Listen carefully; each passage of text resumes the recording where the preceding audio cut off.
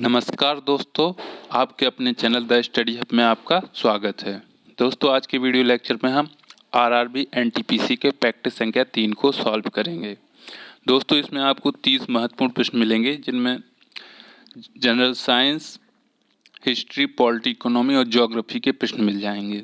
तो दोस्तों, आपको सारे के सारे प्रश्न हैं रेलवे के एग्जाम की दृष्टि से बहुत ही महत्वपूर्ण है। आपको कोशिश करनी है सारे प्रश्न ध्यानपूर्वक सुनना है, वीडियो को अंत तक देखना है और आप कितने प्रश्न सॉल्व करवा रहे हैं ये भी आपको देखना है। तो दोस्तों, अब हम वीडियो को स्टार्ट करते हैं। प्रश्न पहला दिया गया है, भारतीय राष्ट्रीय कांग्रेस के प्रथम सत्र की अध्यक्षता किसके द्वारा की गई थी। दोस्तों, भारतीय राष्ट्रीय कांग्रेस के प्रथम सत्र की अध्यक्षता व्योमेश चंद्र बनर्जी के द्वारा की गई थी। ठीक, आपका बी पार्ट यहाँ सही हो जाएगा। अब हम बात करते हैं भारतीय राष्ट्रीय कांग्रेस का गठन कब हुआ था। तो दोस्तों, भारतीय राष्ट्रीय कांग्रेस का गठन 1885 में हुआ था, एक अंग्रेज के नेतृत्व में एओ ह्यूम की मदद के द्वारा। ठीक, और ये प्रश्न भी कभी कभी पूछ लिया जाता है कि भारतीय राष्ट्रीय कांग्रेस का जिस समय गठन हुआ उस समय भारत के वायसराय कौन थे। तो दोस्तों, उस समय 1885 के समय भारत के वायसराय लॉर्ड डफरिन थे। तो यहाँ से आपके 2-3 क्वेश्चन निकल के आए, वो कवर हो गए। अब हम नेक्स्ट क्वेश्चन की तरफ चलते हैं। लिखा हुआ है दोस्तों, निम्न में से कौन एक सरोद वादक नहीं है। आपके ऑप्शन दिए गए हैं, अली अकबर खान, अल्लाह रखा खान, अलाउद्दीन खान, अमजद अली खान। तो इसमें ऑप्शन बी सही हो जाएगा दोस्तों। अल्लाह रखा खान जो हैं वो एक प्रसिद्ध तबला वादक हैं, ना कि सरोद वादक। ठीक, और बाकी जो बच रहे हैं 3 नाम, वो तीनों के 3 प्रसिद्ध सरोद वादक हैं। तो आप उनको याद रख लीजिए, जिनमें अमजद अली खान तो बार बार पूछा ही जाता है कि सरोद वादक में। अब हम नेक्स्ट प्रश्न की तरफ देखते हैं। किस देश में विक्रम संवत आधिकारिक कैलेंडर है। तो दोस्तों, नेपाल में जो आधिकारिक कैलेंडर है वो विक्रम संवत है। दोस्तों, कभी कभी प्रश्न पूछ लिया जाता है विक्रम संवत और शक संवत के बारे में कि इन दोनों संवतों में क्या डिफरेंस होता है, कितना क्या अंतर होता है और ये सामान्य अंग्रेजी कैलेंडर से इनका क्या संबंध होता है। तो दोस्तों, विक्रम संवत की अगर हम बात करें तो ये अंग्रेजी कैलेंडर से 57 वर्ष आगे होता है। तो जैसे अगर हम अभी की बात करते हैं कि अभी कौन सा सन चल रहा, 2020, अगर हम इसको विक्रम में बात करें कि विक्रमी संवत कौन सा चल रहा है, तो दोस्तों विक्रमी संवत में इसमें हमको 57 जोड़ देना पड़ेगा। तो अभी ये निकल के आ जाएगा 2077। ठीक, ये विक्रमी चल रहा है, यानी अंग्रेजी कैलेंडर से 57 वर्ष आगे होता है विक्रमी।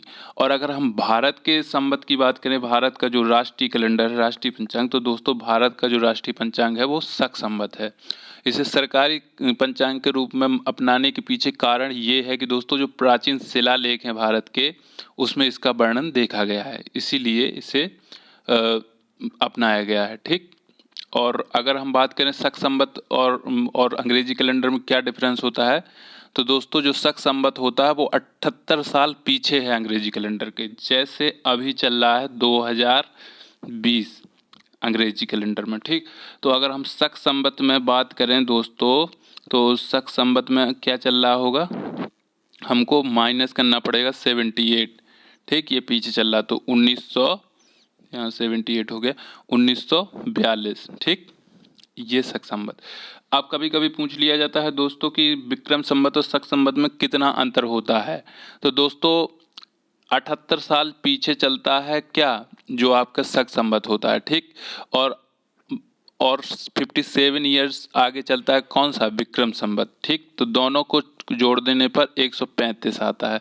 तो दोस्तों ये डिफरेंस होता है 135 वर्षों का शक संवत और विक्रम संवत में। ये काफ़ी बार पूछा गया है, इसको याद रखिएगा। तो यहाँ पर आपका ये प्रश्न हो गया। अब हम नेक्स्ट प्रश्न की तरफ चलते हैं। लिखा गया है कि किस वर्ष गांधी जी के द्वारा भारत छोड़ो का नारा दिया गया। 1940, 1942, 1939, 1938। तो दोस्तों गांधी जी के द्वारा जो भारत छोड़ो का नारा दिया गया वो 1942 में दिया गया था। ठीक, 1942 में कांग्रेस ने अंग्रेजों को भारत छोड़ो प्रस्ताव पारित किया था। ठीक, तो ये 1942 में दिया गया। यहाँ से आपका बी पार्ट सही हो जाएगा। अब हम अगले प्रश्न की बात करते हैं कि लिखा हुआ है, निम्न में से कौन सी साख पात्र के मूल्यांकन की संस्था है। तो दोस्तों साख पात्र के मूल्यांकन की संस्था जो है वो है ICRA का मतलब होता है investment information and credit rating agency. Repeat करूंगा, investment information and credit rating agency. ठीक दोस्तों, ये जो कंपनियां होती हैं ये उधार लेने वाले की माली हालत कैसी है और उनकी उधार लौटाने की क्षमता कितनी है आदि के बारे में जानकारी देती हैं। तो दोस्तों, जो साख पात्र के मूल्यांकन की संस्था है वो हो गई ICRA। अब हम नेक्स्ट क्वेश्चन की तरफ चलते हैं। लिखा गया है क्रिकेट के पिच की लंबाई क्या होती है। तो दोस्तों, क्रिकेट के पिच की जो लंबाई होती है वो होती है 20.12 मीटर। ठीक, ये यहाँ पर आपका बी पार्ट सही हो जाएगा। अब हम अगले प्रश्न की तरफ चलते हैं। भूकंपीय तरंगों के मापन हेतु रिक्टर स्केल का विकासक किस देश का निवासी है। तो दोस्तों, जो रिक्टर स्केल का विकासक है वो USA का निवासी है। किसने आविष्कार किया था? Charles Francis Richter. उन्हीं के नाम पर इसका नाम पड़ गया रिक्टर पैमाना। और ये कैलिफोर्निया इंस्टीट्यूट ऑफ टेक्नोलॉजी के एक जाने माने प्रोफेसर थे। ठीक, तो यहाँ पर आपका आंसर होगा USA। ठीक, अब लिखा गया है यूनिसेफ का मुख्यालय कहाँ पर है। तो दोस्तों, यूनिसेफ का मुख्यालय न्यूयॉर्क में है। अब हम बात करते हैं यूनिसेफ का काम क्या है और इसका पूरा नाम होता क्या है। तो दोस्तों, यूनिसेफ की स्थापना की गई थी 1946 में। इसका पूरा नाम होता है United Nations International Children's Emergency Fund. क्या होता है? United Nations International Children's Emergency Fund. ठीक, एक दो बार रिपीट कर लीजिए, आपको याद हो जाएगा। यूनिसेफ का काम क्या होता है दोस्तों? तो जैसा चिल्ड्रन इसके नाम में ही आया है कि चिल्ड्रन इमरजेंसी फंड, तो यूनिसेफ पूरी दुनिया में बच्चों की शिक्षा, स्वास्थ्य एवं सुरक्षा आदि के लिए कार्य करने के लिए विख्यात एक संस्था है। अब हम अगले प्रश्न की तरफ चलते हैं। लिखा हुआ है जो विलियम्स बहनें निम्नलिखित खेल के लिए जानी जाती हैं। तो दोस्तों, विलियम्स बहनें कौन कौन हैं? सेरेना विलियम्स और वीनस विलियम। ये संयुक्त राज्य अमेरिका की रहने वाली हैं और ये टेनिस के लिए सुप्रसिद्ध हैं, विख्यात हैं। ठीक, इन्होंने बहुत सारे कीर्तिमान रचे हैं टेनिस के क्षेत्र में। ठीक, अब हम नेक्स्ट प्रश्न की तरफ चलते हैं। डेविस कप ट्रॉफी किस खेल से संबंधित है। तो दोस्तों, डेविस कप ट्रॉफी जो है वो टेनिस खेल से संबंधित है। याद करने का तरीका है, डेविस में भी इस आ रहा है, टेनिस में भी इस आ रहा है, बस इतना याद रखिए, हमेशा के लिए याद बना रहे। जैसे डेविस बोलते हैं तो इस लास्ट में आता है, टेनिस में भी इस आता है, तो यहाँ पर आपका डेविस कप टेनिस से संबंधित है। अब नेक्स्ट क्वेश्चन हम देखते हैं, हमारे राष्ट्रीय कैलेंडर का प्रथम मास कौन सा होता है।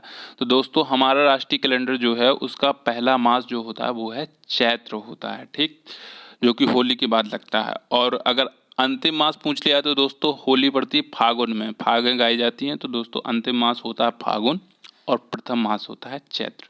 ये आपको क्लियर हो गया।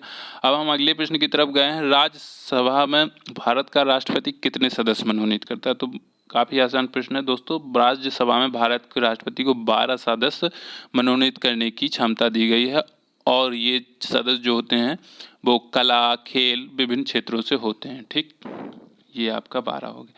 अगले प्रश्न की तरफ चलते हैं। महावीर का प्रथम शिष्य कौन था। तो दोस्तों, महावीर स्वामी, भगवान महावीर स्वामी का जो प्रथम शिष्य था वो जमाली था। ठीक, अब हम अगले प्रश्न की तरफ चलते हैं कि यहाँ पर लिखा हुआ उत्कृष्ट गैसों की संयोजकता कितनी होती है। तो दोस्तों, उत्कृष्ट गैसों की संयोजकता 0 होती है। ठीक, अब नेक्स्ट क्वेश्चन की बात करते हैं। एंडोस्कोपी के बारे में पूछा गया कि एंडोस्कोपी किस सिद्धांत पर कार्य करता है। तो दोस्तों, एंडोस्कोपी जो होता है वो आपका पूर्ण आंतरिक परावर्तन के सिद्धांत पर कार्य करता है। पूर्ण आंतरिक परावर्तन यहाँ पर आपका आंसर हो जाएगा। एंडोस्कोपी में ऑप्टिकल फाइबर के द्वारा पूर्ण आंतरिक परावर्तन की तकनीक का इस्तेमाल किया जाता है। और दोस्तों, इसका प्रयोग किस चीज़ में किया जाता है एंडोस्कोपी में। तो दोस्तों, एंडोस्कोपी के में आमाशय आदि आंतरिक अंगों की जांच के लिए प्रयुक्त किया जाता है। ठीक, जैसे जो शरीर, डॉक्टर जिन रोगों को बाहर से नहीं समझ पाते हैं, शरीर के अंदरूनी अंगों में जब चोट होती है, हमारी मांसपेशियां अंदर सूज जाती हैं, गले में कोई छाले आले पड़ जाते हैं, मतलब शरीर के आंतरिक अंगों में एंडोस्कोपी द्वारा जांच की जाती है। इसमें क्या होता है दोस्तों, एक नली होती है, उसके ऊपरी भाग पे एक कैमरा लगा हुआ होता है, उसको हम मुख के द्वारा अंदर प्रवेश करा देते हैं और शरीर के अंदर के अंगों की मॉनिटरिंग सीधे हम कंप्यूटर पे देख सकते हैं। तो वहाँ से सीधे डॉक्टर जांच कर लेते हैं कि किस अंग में क्या खराबी है। तो दोस्तों यहाँ पर आपका बहुत महत्वपूर्ण प्रश्न हो गया, एंडोस्कोपी किस सिद्धांत पर कार्य करता है। हम अगले प्रश्न की तरफ चलेंगे। लिखा हुआ है निम्नलिखित में से किस शब्द का अर्थ पालतू कुत्तों का वैज्ञानिक अध्ययन है। तो दोस्तों साइनो जहाँ पर आ जाता है वहाँ कुत्ते आ जाते हैं, साइनोलॉजी ही पालतू कुत्तों का वैज्ञानिक अध्ययन है। अब हम अगले प्रश्न की तरफ चलते हैं। लिखा हुआ है लाल कृमियों में रिक्त स्थान नामक संरचना होती है जो उनके भोजन को पीसने में उनकी सहायता करती है। दोस्तों पक्वास है जो रचना होती है वो लाल कृमियों में उनको भोजन पीसने में मदद करती है। अब हम अगले प्रश्न को देखते हैं। लिखा हुआ है निम्नलिखित में से कौन सा हाइड्रोजन का आइसोटोप है। तो हाइड्रोजन के 3 आइसोटोप्स होते हैं। कौन कौन से होते हैं? प्रोटियम, ड्यूटेरियम और ट्राइटियम। तो ऊपर के सभी हाइड्रोजन के आइसोटोप हैं। ठीक, अब हम नेक्स्ट प्रश्न की तरफ चलते हैं। लिखा गया है फसल संयंत्र का कवक रोग निम्नलिखित में से कौन सा है। ठीक, तो दोस्तों यहाँ पर आपका आंसर हो जाएगा आलू की पत्तियों को मुड़ना। दोस्तों आलू की जो अंगमारी का रोग होता है वो कवक के कारण होता है। अब हम नेक्स्ट क्वेश्चन की तरफ चलते हैं। लिखा हुआ है मनुष्य में मादा जनन अंग से किस हार्मोन का स्राव होता है। Estrogen, progesterone, relaxin. तो दोस्तों ये तीनों प्रकार के जो हार्मोन हैं वो मादा के जनन अंग से स्रावित होने वाले हार्मोन होते हैं। कौन कौन से? एस्ट्रोजन, प्रोजेस्टेरॉन और रिलैक्सिन। ठीक, और टेस्टोस्टेरोन और एंड्रोजन ये 2 हार्मोन होते हैं वो पुरुष जनन अंग से स्रावित होते हैं। ठीक, अब हम नेक्स्ट क्वेश्चन की तरफ चलते हैं। लिखा हुआ है निम्न में से कौन गैसों के प्रसरण का एक उदाहरण है। तो दोस्तों खाने की सुगंध, अगरबत्ती, खुशबू, इत्र की महक। दोस्तों तीनों प्रकार के जो एग्जाम्पल दिए गए हैं गैसों के प्रसरण के महत्वपूर्ण एग्जाम्पल हैं। तो ये इसमें से इनमें से सभी आंसर हो जाएगा। हम अगले प्रश्न को देखते हैं। लिखा हुआ है निम्न में से किसमें अधिक ताप है। तो दोस्तों आपको पता होगा कि जो भाप की गुप्त ऊष्मा होती है वो सबसे ज़्यादा होती है। तो यहाँ पर आपका सी पार्ट सही हो जाएगा कि भाप का जो टेम्परेचर होता है वो सर्वाधिक होता है। ठीक, लिखा हुआ है इनमें से कौन महामारी और स्थानिक दोनों प्रकार की बीमारी है। Epidemic and endemic. ठीक, एपिडेमिक को महामारी बोलते हैं, इंडेमिक को स्थानीय बीमारी बोलते हैं। ठीक, तो जो हैजा होता है वो दोस्तों महामारी और इंडेमिक दोनों में, स्थानिक बीमारी और महामारी दोनों में आता है। अब नेक्स्ट प्रश्न देखते हैं। रेजिन क्या है। तो रेजिन दोस्तों एक प्रकार का बहुलक होता है। अब हम नेक्स्ट प्रश्न देखते हैं। भारत में विकसित परम सुपर कंप्यूटर। लिखा हुआ है भारत में विकसित परम सुपर कंप्यूटर का विकास किस संस्था ने किया। तो दोस्तों भारत में विकसित परम कंप्यूटर का विकास जिस संस्थान किया उसका नाम है सीडैक। सीडैक का अगर हम फुल फॉर्म की बात करें तो दोस्तों इसके पूरे नाम फुल फॉर्म है centre for development of advanced computing. Repeat करूंगा, centre for development of advanced computing. दोस्तों परम सीडैक द्वारा विकसित भारत के स्वदेशी सुपर कंप्यूटर्स की एक श्रृंखला है। श्रृंखला में नवीनतम सुपर कंप्यूटर जो है वो दोस्तों वो परम ईशान है। ठीक, तो अब हम नेक्स्ट क्वेश्चन की बात करते हैं। दोस्तों लिखा हुआ है निम्नलिखित में से किसको भारत के राजनीतिक असंतोष का जनक कहा गया। तो दोस्तों इसका आपका आंसर हो जाएगा बाल गंगाधर तिलक। बाल गंगाधर तिलक को भारत के राजनीतिक असंतोष का जनक कहा गया। किसने कहा था? तो ये कहा था वैलेंटाइन सिरोली ने। ठीक, वैलेंटाइन सिरोली ने बाल गंगाधर तिलक को भारत की अशांति का जनक कहा था। अब हम अगले प्रश्न की तरफ चलते हैं, देखते हैं। लिखा हुआ केंद्र सरकार के आदेश के अनुसार अप्रैल 2020 में महिलाओं के जनधन खाते में 3 महीने तक हर महीने कितने रुपए की राशि मदद में दी जाएगी। तो दोस्तों इसका जवाब हो जाएगा 500 रुपये। क्यों किया गया? कोरोना वायरस की वजह से। दोस्तों भारत सरकार में प्रधानमंत्री नरेंद्र मोदी के आदेशानुसार प्रत्येक जो महिला है जिनके पास जनधन खाता है, ठीक, प्रधानमंत्री जनधन योजना के तहत प्रत्येक महिला के खाते में 500 रुपये प्रति माह के हिसाब से 3 महीने तक क्रेडिट किए जाएंगे। अब नेक्स्ट क्वेश्चन देखते हैं। लिखा हुआ है उड़ीसा दिवस निम्न में से किस दिन मनाया जाता है। दोस्तों 1 अप्रैल को उड़ीसा दिवस मनाया जाता है। 1 अप्रैल के दिन ही उड़ीसा का गठन किया गया था। ठीक, अब नेक्स्ट क्वेश्चन देखते हैं। भारतीय रिजर्व बैंक की स्थापना दिवस निम्न में से किस दिन मनाया जाता है।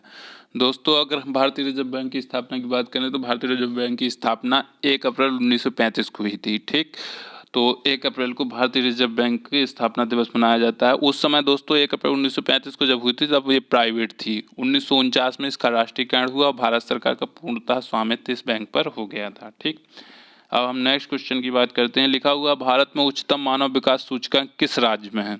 तो दोस्तों भारत में उच्चतम विकास सूचकांक जो है मैक्सिमम हाईएस्ट डेवलपमेंट इंडेक्स, तो दोस्तों ये है केरल राज्य में। ठीक, सबसे ज़्यादा विकास वहीं पर दर्ज किया गया है।